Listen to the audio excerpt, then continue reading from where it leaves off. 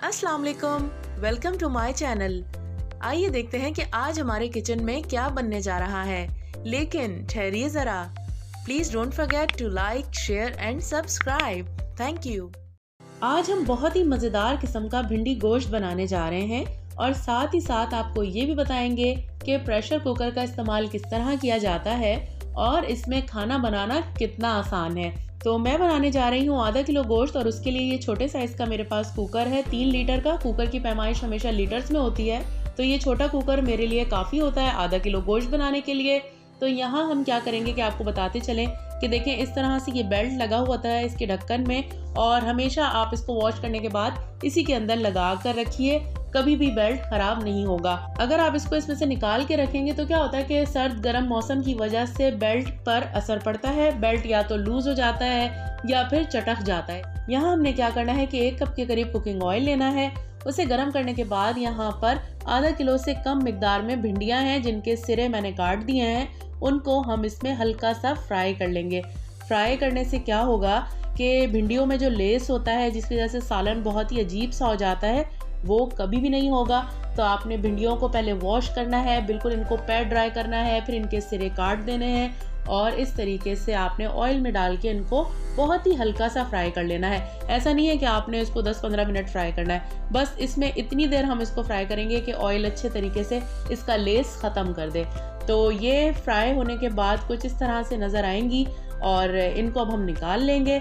निकाल कर देंगे साइड पर। और अब हमने क्या करना है कि इसी ऑयल में हमने गोश्त डाल देना है। 500 ग्राम के करीब ये बीफ है। इतनी देर तक फ्राई करेंगे कि इसका कलर चेंज हो जाए। तो ये आप देखिए, पहले हमने इसमें ये गोश्त डाल दिया, अब आप सोच रहे होंगे और कोई चीज़ नहीं है, तो स्टेप बाय स्टेप चलेंगे। अब ये सारे मसाले हैं जिनमें तकरीबन 3 दरमियाने साइज़ की प्याज है, 2 खाने का चम्मच इसमें लहसुन अदरक का पेस्ट है, 1 बड़े साइज़ का टमाटर है बारीक कटा हुआ, 1 खाने का चम्मच पिसी हुई लाल मिर्च, 1 खाने का चम्मच पिसा हुआ धनिया, 1 चाय का चम्मच हल्दी और साथ ही ये साबुत गरम मसाला है जिसमें लौंग, काली मिर्च, दालचीनी, बड़ी इलायची, बस ज़रा सा आप ले लीजिए और ये तमाम चीज़ें हम एक साथ ही इसमें ऐड कर देंगे। कुकर में बनाने की यही सहूलत होती है कि आपको मसाले वगैरह पीसने नहीं पड़ते, सब कुछ इसी में गल जाता है। लेकिन फिर भी अगर आपको हो कि नहीं आप सही से इसको नहीं गला पाएंगे या सालन साबुत आपको दिखेगा मसाला, तो आप इसको पीस के ऐड कर दीजिए। बस सारी चीज़ें डाल के आपने इसमें भुनाई कर देनी है, ऑयल सेपरेट हो जाए और जो प्याज है टमाटर है वो नरम हो जाए, यकजान से हो जाए। ये देखें, आप देख सकते हैं अभी ये यकजान नहीं हुए हैं, बस थोड़ा सा इसको हम और भूनेंगे, फिर बारी आएगी कुकर को बंद करने की। और वही मेन स्टेप है जहाँ पर आके काफ़ी सारे लोग फंस जाते हैं कि हमसे ढक्कन बंद नहीं होता।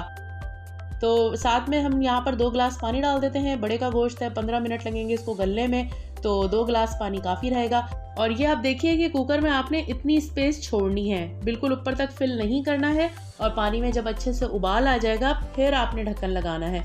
अगर आप पहले से ढक्कन लगा देंगे तो फिर क्या होता है कि कुकर की जो सीटी वाली जगह होती है, जितने भी होल्स होते हैं वहाँ से पानी बाहर निकलना शुरू हो जाता है। तो उबाल आने के बाद हमने आंच को धीमा किया और इस तरीके से आपने इस पर ढक्कन को एडजस्ट कर देना है। थोड़ा सा आप प्रेस करेंगे तो ये फिक्स हो जाएगा।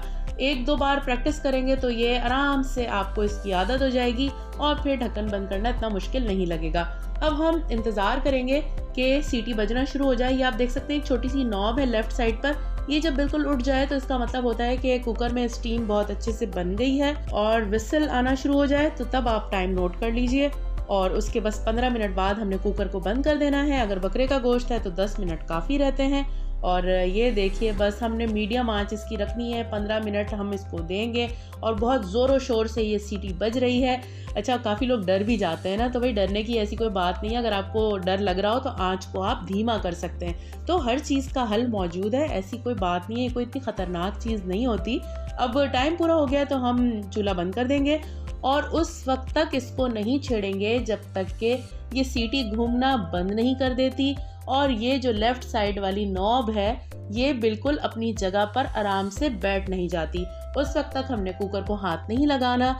ये राइट साइड पर जो आप देख सकते हैं, इसको उठाने से भी जो स्टीम है वो निकलती है, तो आप इसको उठा सकते हैं। लेकिन अगर आपको लगे कि पानी निकल रहा है तो आप इसको वापस अपनी जगह पे छोड़ दीजिए और थोड़ा सा इंतज़ार कर लीजिए। काफ़ी सारे लोग क्या करते हैं कि इसे सिंक में रख देते हैं, ऊपर से जो नलका है वो ऑन कर देते हैं ताकि पानी इस पर गिरता रहे, ये ठंडा हो जाए। तो ऐसा कुछ करने की ज़रूरत नहीं है, आप इसको ऐसे ही छोड़ दीजिए। तो यहाँ ये सारी आवाज़ें इसमें से आना बंद हो गई हैं, तो हमने इसके से सीटी उठा दी। आप देखिए ज़रा सा भी पानी वानी बाहर नहीं आया है।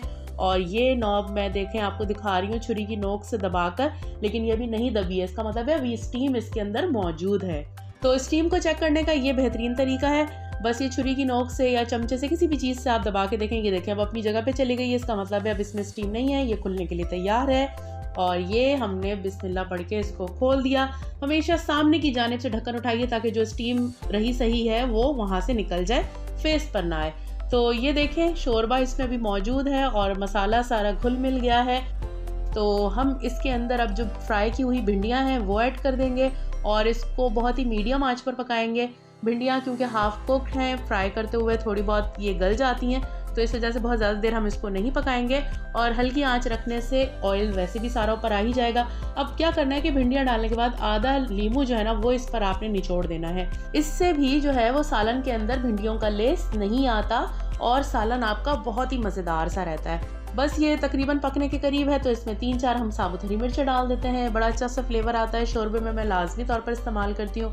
और ये आप सालन देखिए बिल्कुल घुला मिला और मज़ेदार सी सूरत वाला बन गया है। और अब आखिर में हम इसमें क्या करेंगे कि बस 1 टीस्पून के करीब पिसा हुआ गरम मसाला डाल देंगे। ये भी मैं शोरबे में लाजमी करती हूँ, जब चूल्हा बंद कर देती हूँ फिर बहुत अच्छी खुशबू आती है, आप देखिएगा करके। और गरम मसाला डालने के बाद हम इसको थोड़ी देर के लिए छोड़ देंगे, सारा का सारा रोगन वापस आ जाएगा।